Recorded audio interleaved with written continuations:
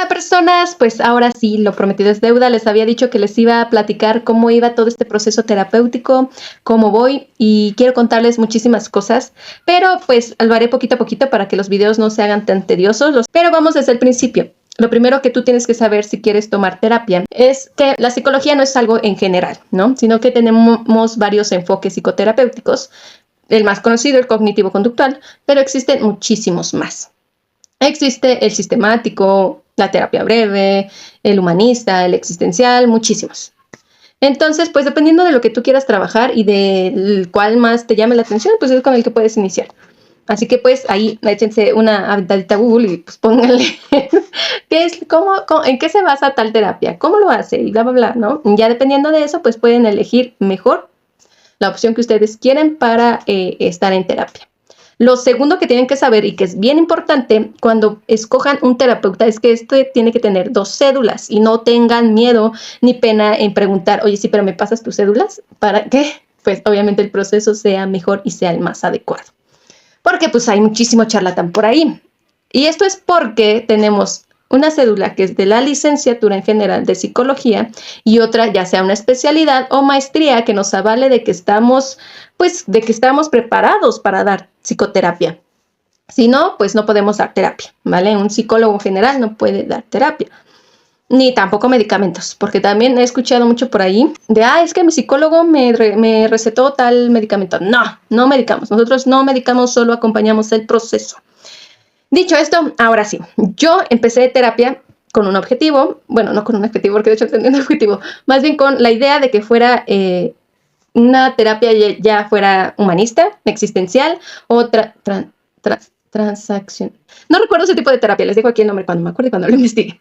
Entonces, ese era como mi propósito, ya que había trabajado con cognitivo-conductual anteriormente y no me funcionó a mí. Yo no estoy diciendo que la terapia cognitivo-conductual no funcione, simplemente que a mí no me funcionó y pues estaba buscando otras alternativas.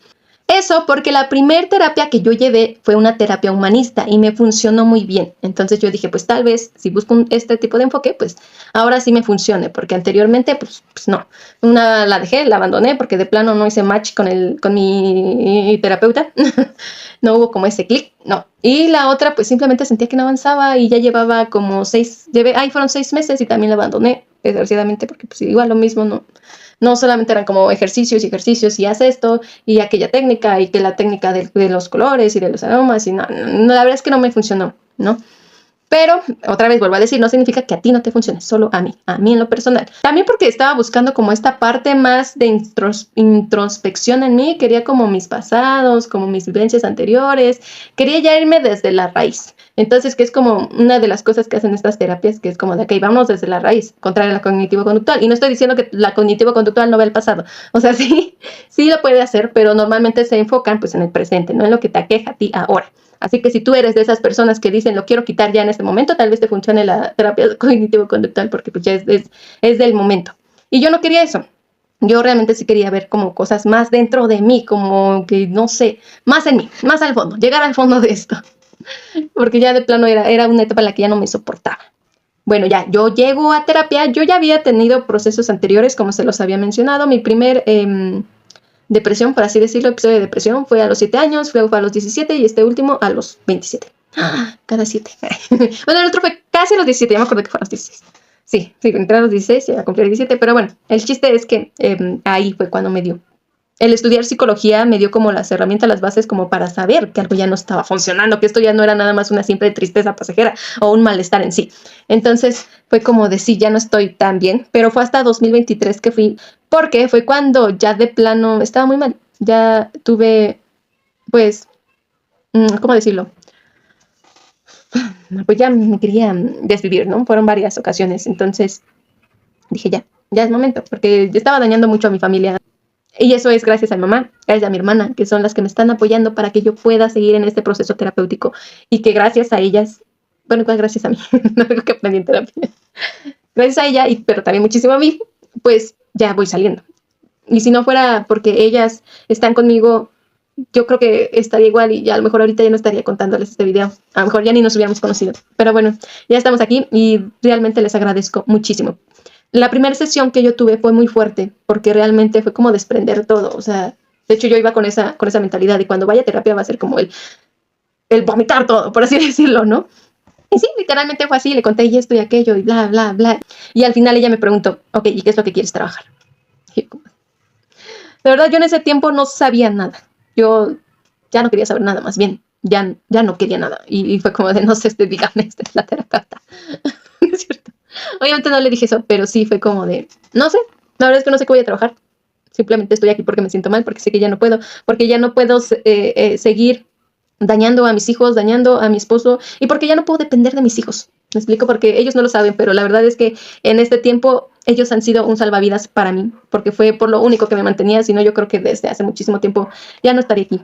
De verdad, ellos me mantenían a flote. Gracias a ellos eran como esa luz en mi camino, ¿no? Con sus risas, con sus juegos, con sus cosas de niños, que me hacían sentir que valía la pena estar aquí.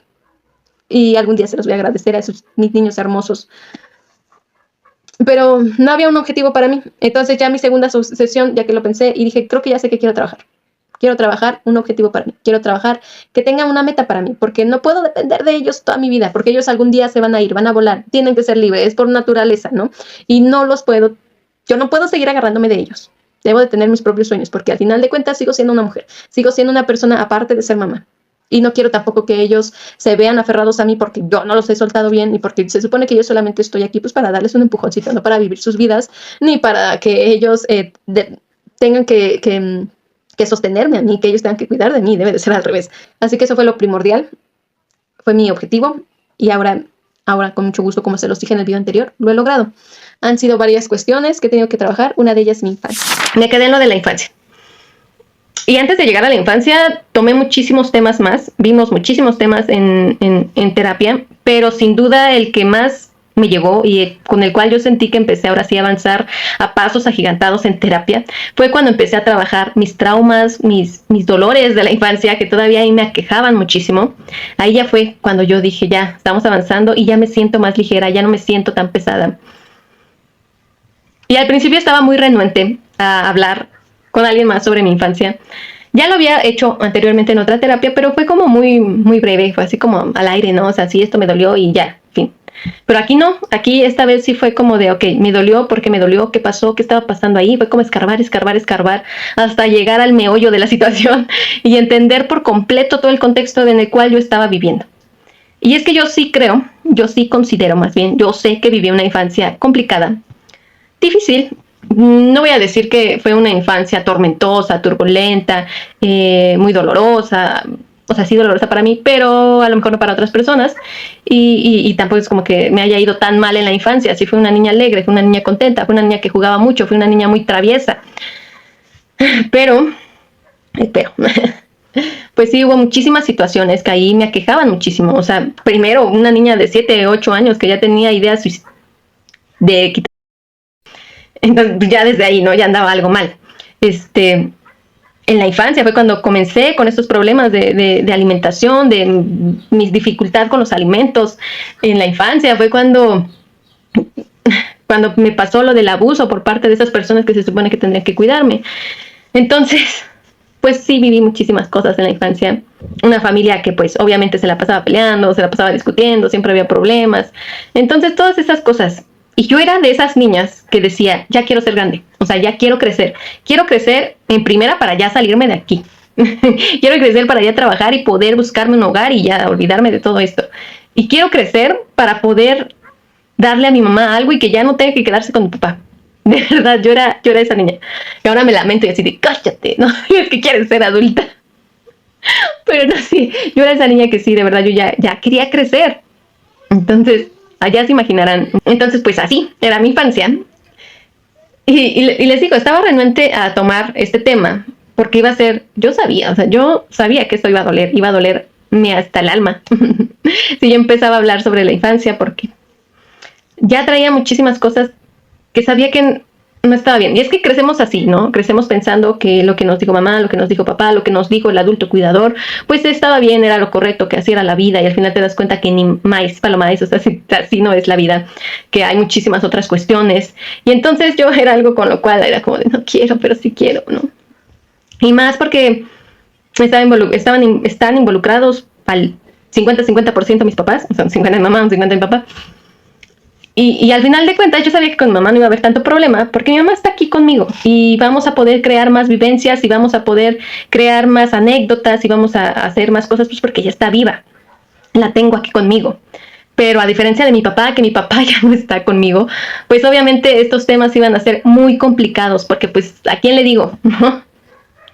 Digo, ya en psicología tenemos algunas técnicas para cuando papá no está, pero yo no quería soltarlo porque era lo que me hacía sentir cerca de él, era el lazo que todavía yo tenía con él, toda la infancia que había estado con él. Y al final de cuentas no fue soltarlo del todo, pero sí soltar muchísimas cosas que él dijo, que hizo y que me hirieron. Y por ponerles un ejemplo, porque fueron varias circunstancias, varias situaciones que yo conté, que yo trabajé, pero una de ellas, así como la más marcada que tengo de la infancia, es que a mí mi mamá, mi papá me dejaban llorar, o sea, 1 hora, 2 horas hasta que yo me dormía. Y me dormía con todo ese sentimiento, con todo ese enojo, con toda esa tristeza, con todo eso que sintiera, porque al final de cuentas era una niña que ni siquiera sabía qué era lo que estaba sintiendo, simplemente estaba sintiendo algo muy grande y que yo no podía controlar. Y ya lo he dicho en algunas ocasiones, o sea, lo entiendo porque sé que mi mamá, o sea, éramos 5 chamacos. ¿De dónde iba a sacar la paciencia y el tacto para estar hablando y con uno por uno y así, o sea, la entiendo, de verdad. Pero al final de cuentas ellos, algo que entendí en terapia, es que ellos eran mis papás. Y ellos eran responsables de cuidarme. Y que ellos hayan hecho lo que podían con las cosas que tenían, y que ya lo he dicho en otro video, no quita el hecho de que yo necesitaba ser cuidada. Pero pues me tocó y así crecí. Y así fue como yo llegué a la adultez. Y cuando me encontré con mi pareja, fue algo ahí muy raro porque mi pareja no es de hablar, de darte palabras de consuelo, pero al menos conmigo es mucho del tacto, o sea, de te abrazo, de vente, yo estoy aquí. Y entonces cuando yo me encuentro con él fue muy difícil. Yo le decía a mi terapeuta, o sea, yo llegué como con un perrito de la calle, ¿no? O sea, que necesita, sabe que necesita y quiere cariño, pero no sabe cómo recibirlo. Y entonces cuando alguien se le acerca es como, ¿no? De todo lo malo que ya le ha pasado. Yo era ese perrito, porque literalmente mi pareja se acercaba a mí y era como de, no me toques, no, vete, pero no te vayas. Y sí, mi pareja era como de, ¿entonces qué quieres que haga? Al final de cuentas, mi pareja se aleja un poquito en ese aspecto. Ahorita ya estamos volviendo a retomar así como de, sí necesito que estés conmigo, pero también necesito mi tiempo. Y ya hemos ido mejorando esa parte, pero sí al principio sí fue así. Y ahora que lo vi en terapia dije, sí, pues sí, de ahí viene. O sea, no me enseñaron a recibir cariño y así me dejaron crecer, ¿no?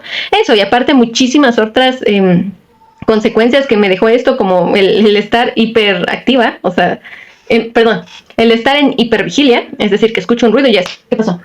¿Qué es de ahí? Así soy. El insomnio que tengo, la cantidad de estrés que se me acumuló por todo ese llanto, por eso, por favor, no dejen llorar a sus hijos. Y no nada más fue en la infancia, o sea, también en la adolescencia no fue como de, vamos a ver qué tiene la niña. O sea, imagínense, si en la infancia me dejaron llorar así, ahora en la adolescencia me iban a buscar, pues obviamente no. Entonces fue muchísimo tiempo y muchísima carga emocional y muchísimas situaciones ahí que yo traía ya aquí cargando. Solté un poquito cuando fui la primera vez a terapia, pero no fue del todo, porque la primera vez que fui a terapia, pues era prácticamente una adolescente. Entonces una adolescente es como yo puedo con todo y el mundo, y pues me guardé muchísimas cosas. Y esta vez no, esta vez sí fue como de, todo esto pasó.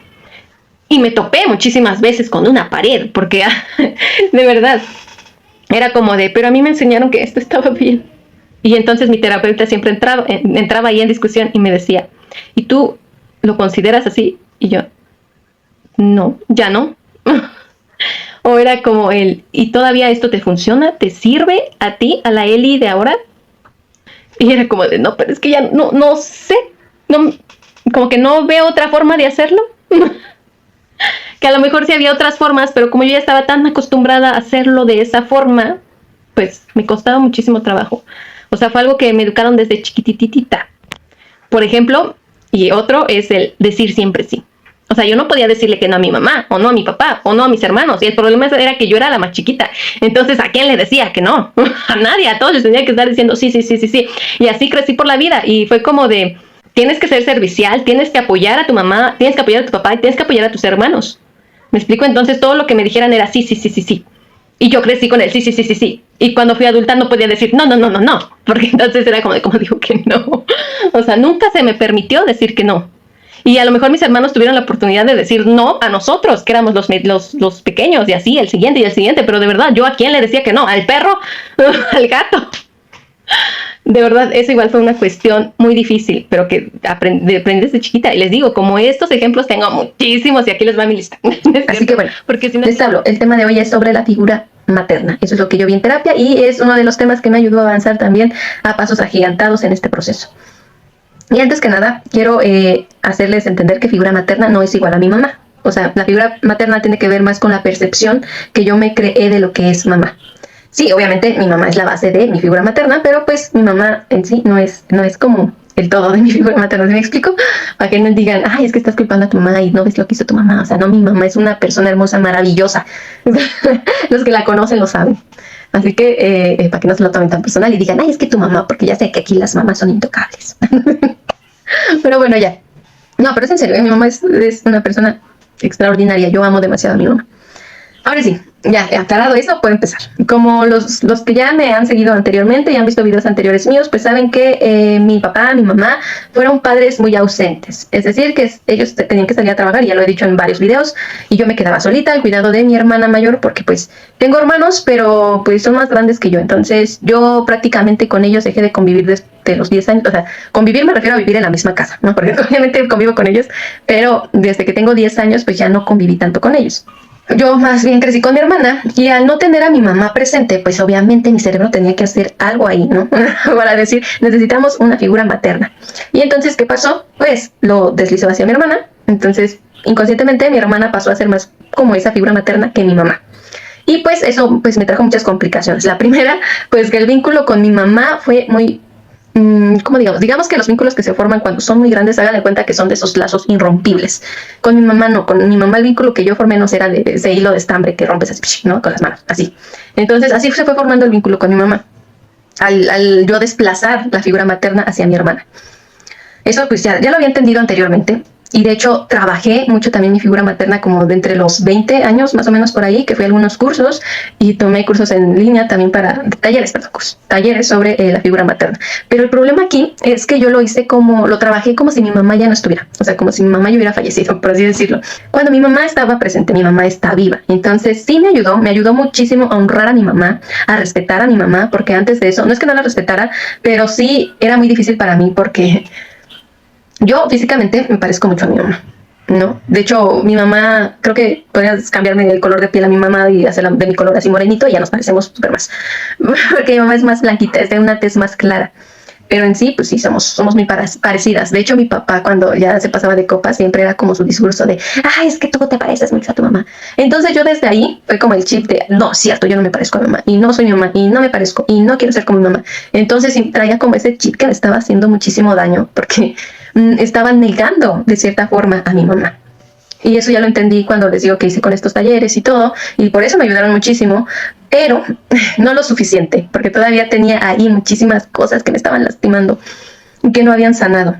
Ahora ya en terapia lo pude trabajar de distinta forma, ya lo pude trabajar con mi mamá. De hecho le escribí una carta ahí diciéndole las cosas que me dolieron, y no fue una carta así de, es que por ti sufrí esto y aquello, porque pues no se trataba de una carta donde le reprochara todo, porque pues no, o sea, al final de cuentas solamente era hacerle conocer qué cosas me dolieron en mi proceso de crecer, qué cosas me lastimaron demasiado, me hirieron, y que las platicáramos, se conversaran, y así a través de eso pues ir sanando.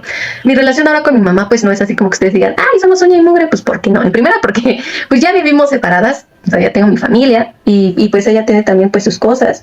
Entonces pues no es como que estemos así súper uña y mugre, pero pues sí, ya hay más relación que antes era muy difícil. Les cuento, cuando yo era muy pequeñita, les digo, desplacé esta figura materna hacia mi hermana. Y normalmente cuando yo iba a fiestas de mis amigas o me invitaban a sus casas y yo veía cómo eran sus mamás con ellas, lo tenía mucho con una amiga que su mamá era muy cariñosa con ella, que su mamá le hablaba tan bonito que yo decía, yo quiero porque ella no es mi mamá. Es que ella debió de ser mi mamá cuando era niña, ¿no? Y es que la percepción que yo tenía de la figura materna es que esta madre, esta mujer tiene que ser amorosa, cariñosa, expresar muchísimo amor, abrazarte, darte muchos besos. Y mi mamá no es así. O sea, mi mamá es más fría. A mi mamá le cuesta muchísimo el expresar sus sentimientos, sus emociones. Obviamente me ama y siempre me ha amado, y su forma de expresar su amor pues es distinta a la percepción que yo tenía de cómo tenía que hacerlo una madre. Por eso, papitos, mamitas, es muy importante que ustedes sepan cuál es la forma de comunicar amor y de recibir de sus hijos. ¿Cómo lo pueden saber? Muy sencillos. Pregúntenle, mi amor, ¿tú sabes que yo te amo? Y si les contesta que sí, pregúntenle, ¿cómo sabes que me amo? ¿Cómo sabes que te amo?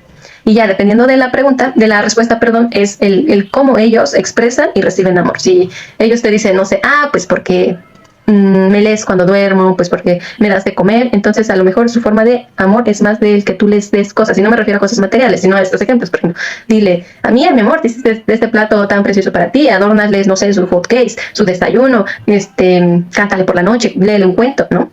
O si te dice, pues es que me abrazas, pues entonces a lo mejor su forma de dar y de recibir amor pues es a través de lo físico, de un abrazo, de un beso, de una caricia, y es muy importante que lo sepan, porque es parte de su construcción también, tanto de su figura materna como de su figura paterna, de lo que a ellos les hace bien. Pero bueno, ya. El chiste es que esta era la idea que yo tenía de cómo es que tenía que ser una mamá, y pues mi mamá, al ser una persona fría, pues ahí hubo unas complicaciones, entonces como que nuestro lacito que yo les contaba pues se fue estirando, ¿no? Luego se estiró más porque yo ahí tuve una complicación mucho con mi mamá, que fue el culpabilizarla de la situación familiar que estábamos viviendo. Yo viví violencia interfamiliar, por así decirlo, por parte de mi papá, ya que mi papá era una persona alcohólica. Entonces, como mi mamá no se separaba de él, era como, claro, nosotros estamos sufriendo por ti, ¿no? Entonces ahí se estiró más. Obviamente pues estaba mal, ahora lo reconozco, lo sé y ella lo sabe, pero en su momento pues fue difícil y fue lo que estiró más este lacito del vínculo que teníamos.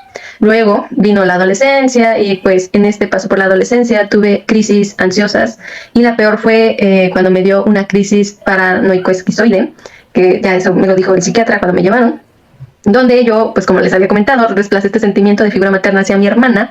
Entonces, cuando pasó este episodio, pues yo, según mi mamá me dice, porque yo todavía tengo como muy, muy borrosos esos recuerdos, y lo que me cuenta mi mamá es que yo le empecé a gritar, no, es que tú no eres mi mamá, y vete de aquí, mi hermana es mi mamá, que venga mi verdadera mamá, y cosas así. Entonces eso le dolieron muchísimo, muchísimo a mamá, entonces se estiró más el lacito, así casi como por romperse.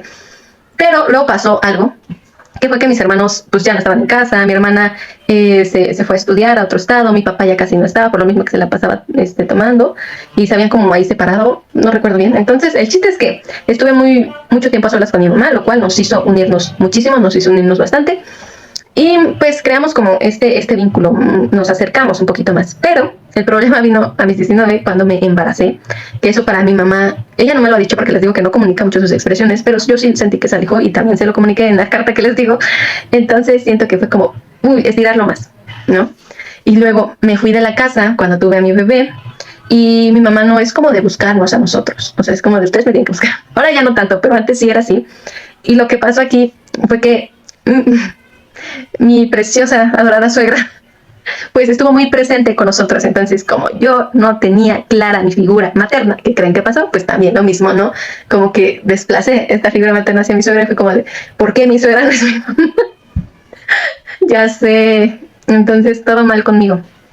Estábamos así como por romperlo, ¿no? Que fue cuando tomé estos cursos de los que les hablo y que me ayudaron bastante, pero lo que realmente me funcionó ahora, pues es esto que les comentaba, que ya trabajé mi figura materna ahora sí bien en mi terapia, y eso me tiene muy contenta. Así que el mensaje es que si tú sientes que ya sea tu figura materna o tu figura paterna ahí se está desbalanceando, tienes muchísimas complicaciones, heridas, cosas que sanar con tu papá o con tu mamá, hazlo.